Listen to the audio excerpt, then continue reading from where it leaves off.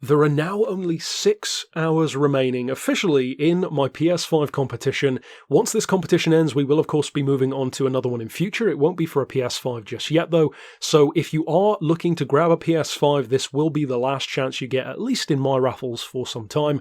For those who don't know what I'm talking about, it's £2 to potentially win a PS5 console if you are picked as the winner, and of course with free shipping worldwide, it does mean that for somebody in a country where you can't find one, it's a pretty nice alternative for those who need it. So check it out down below in the description if you are interested, but now let's get into the tune. Now this build is a relatively simple one in terms of what I've done to the car.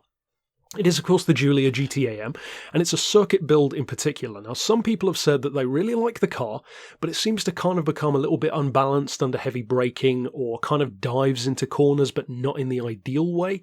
So this is to counter that a little bit, and just to make it that much sharper, that much quicker, but still within 600 points. Now you could take what I've done here and project it even further by fitting more things to it, but essentially this is pretty much a ready-to-go 600-point build, at least if you are allowed to use sports tyres, because I've left it on sports hards, as you can see.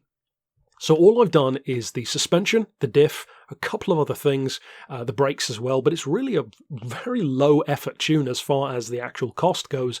So for the suspension, I would recommend having the ride height on 105mm on the front, 125 on the back. I've increased the anti-roll to 7, the compression on the dampers to 38, 44 for the expansion, 2.75 all round on the frequency, with 3 degrees of camber front and rear. Toe in 0.20 on the back, toe out 0.15 on the front for that extra stability. As far as the diff, pretty simple setup, 10 for initial torque, 40 on acceleration, 30 on braking with the fully customized LSD. The transmission is standard. We don't have a power restrictor, so you don't actually need to change that. It's running standard power.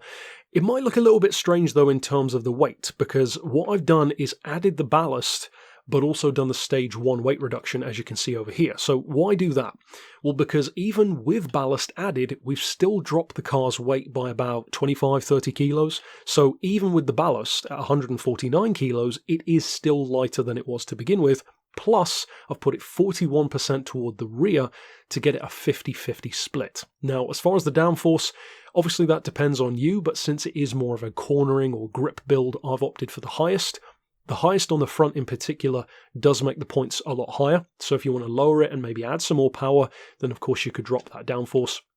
And then as far as the rest, all we've done is the racing discs, racing pads, and then the stage 1 weight loss, as I said. So it's super simple as far as actually fitting stuff to the car. And of course, as with most of these builds that are more about handling and control and grip, it's designed to be a canvas. So you can take what I've done here and swap out other things kind of in a modular way. So if you need more power, give it more power and change something else to make up for it. If you want to drop the weight a little bit more, maybe lower the downforce and that'll allow you to do that, etc, etc. But all that remains, of course, is to take it out to a track to see what it can do.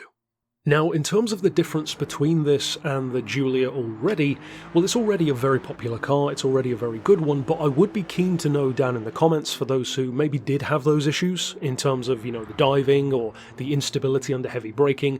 Give this one a try and see how you think it compares, because obviously this is almost like a Top Gear style challenge wherein you can't really do much to it. You've only got 15 points to work with because it's already up around 585, so there wasn't too much that I could do if I did want to keep it to 600, which I did.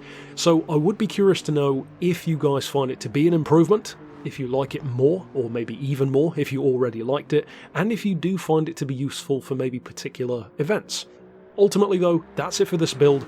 I hope you have a ton of fun with it. It's a fantastic car already, so of course it's appropriate to make it that much better. And like I said, this is the last call for my PS5 competition, and I don't plan on doing a PS5 at least for a while now. So if you do want to get in and potentially win that, check out the link below. But until next time, I'll see you then. And for now, as always, thanks for watching.